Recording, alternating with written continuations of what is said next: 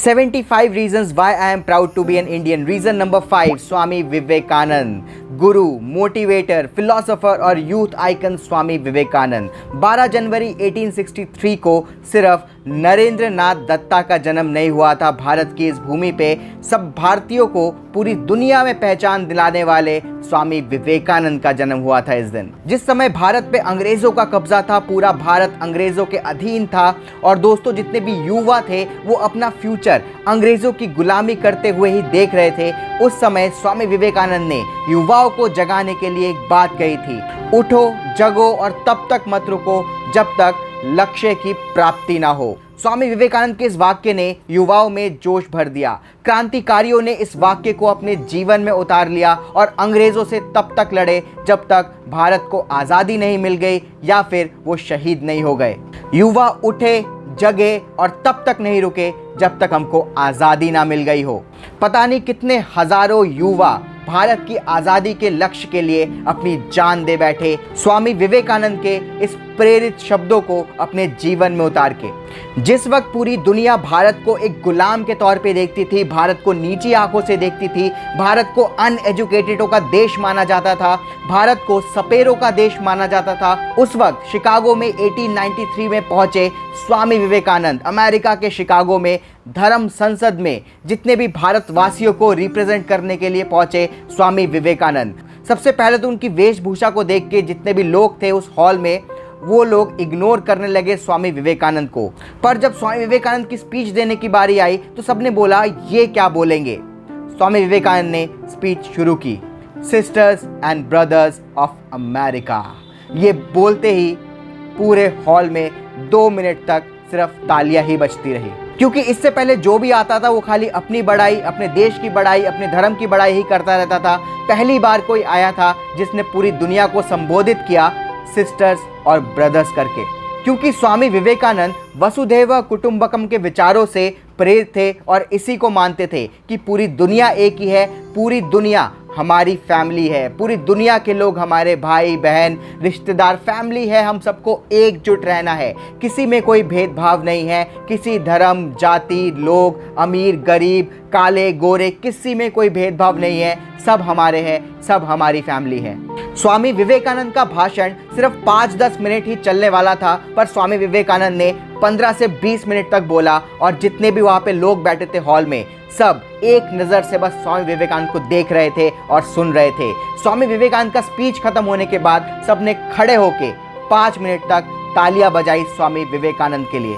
स्वामी विवेकानंद के स्पीच के बाद उस हॉल में जितने भी लोग थे वो सब एक ही बात कर रहे थे आपस में कि जिस देश में इतने ज्ञानी लोग रहते हो, इतने एजुकेटेड लोग रहते हो, उस देश पे कोई कैसे कब्जा कर सकता है। और हम लोग जो मिशनरीज भेज रहे हैं वहाँ पे कन्वर्ट करने के लिए, पर इनका धर्म इनका विचार इतना विकसित है, कोई कैसे मिशनरीज भेज के उनको कन्वर्ट कर सकता है। उसके बाद उस हॉल में जो भी अंग्रेज अमेरिकन दूसरे देशों के लोग बैठे थे सब यही मानने लगे कि इंडिया में स्वामी विवेकानंद जैसे ज्ञानी लोग रहते हैं, इस देश का कोई कुछ नहीं बिगाड़ सकता। और ये सनातन धर्म जो है वो बहुत ही बड़ा धर्म है, बहुत ही विकसित धर्म है।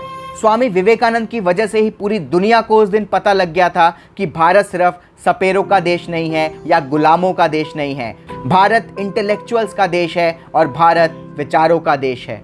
स्वामी विवेकानंद अपने देश से भारत से इतना प्यार करते थे कि उन्होंने 1888 में फैसला किया कि वो पूरा भारत घूमेंगे, भारत के हर एक व्यक्ति से मिलना चाहेंगे स्वामी विवेकानंद। 1888 से लेके 1893 5 साल स्वामी विवेकानंद सिर्फ ट्रैवल करते रहे, पैदल ट्रैवल किया उन्होंने पूरा इंडिया।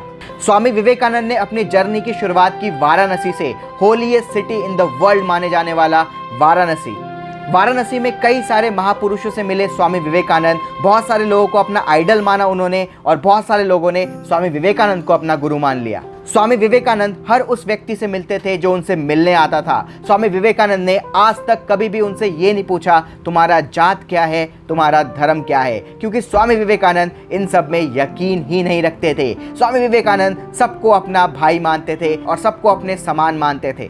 स्वामी जी सनातन धर्म के विचारों में चलते थे, शंकराचार्य के विचारों में चलते थे, यानी कि अद्वैत के विचारों में, अद्वैत आत्मा मानते थे हर एक व्यक्ति को, यानी कि सब में एक ही आत्मा है, सब बराबर है, सब सेम है, किसी में कोई भेदभाव नहीं है, कोई अलग नहीं है। हिंदू हो, मुसलमान हो, क्रिश्चियन हो, किसी भी जाति से आता हो कोई भी, सब बराबर है, सब एक ही आत्मा है, अद्वैत आत्मा है।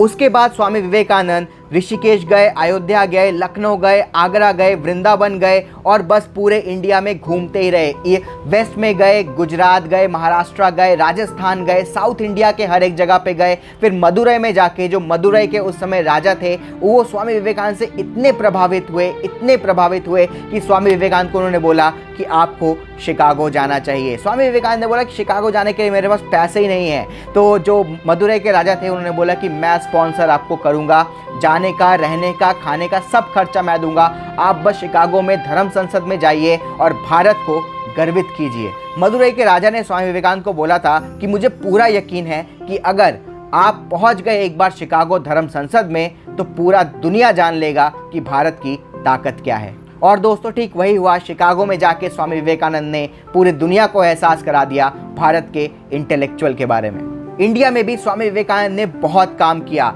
स्पेशली सनातन धर्म को लेके। सनातन धर्म के विचारों को फिर से लिख डाला स्वामी विवेकानंद ने और सनातन धर्म को, वेदों को एक रिफ्रेश तरीके से पेश किया पूरी दुनिया के सामने। स्पेशली दोस्तों स्वामी विवेकानंद ने युवाओं के लिए बहुत काम किया, यूथ के लिए बहुत काम किया, युवाओं को प्रेरित किया, युवाओं में जोश भर दिया। तभी दोस्तों हर साल 12 जनवरी यानी स्वामी विवेकानंद के जन्म दिवस के मौके पे इंटरनेशनल यूथ डे मनाया जाता है। तो दोस्तों हमें गर्व है कि भारत ने ऐसे महापुरुष को जन्म दिया, भारत के धरती पर ऐसे महापुरुषों का जन्म हुआ, स्वामी विवेकानंद का जन्म हुआ। हमें गर्व है स्वामी विवेकानंद पे। जय हिंद, जय भारत।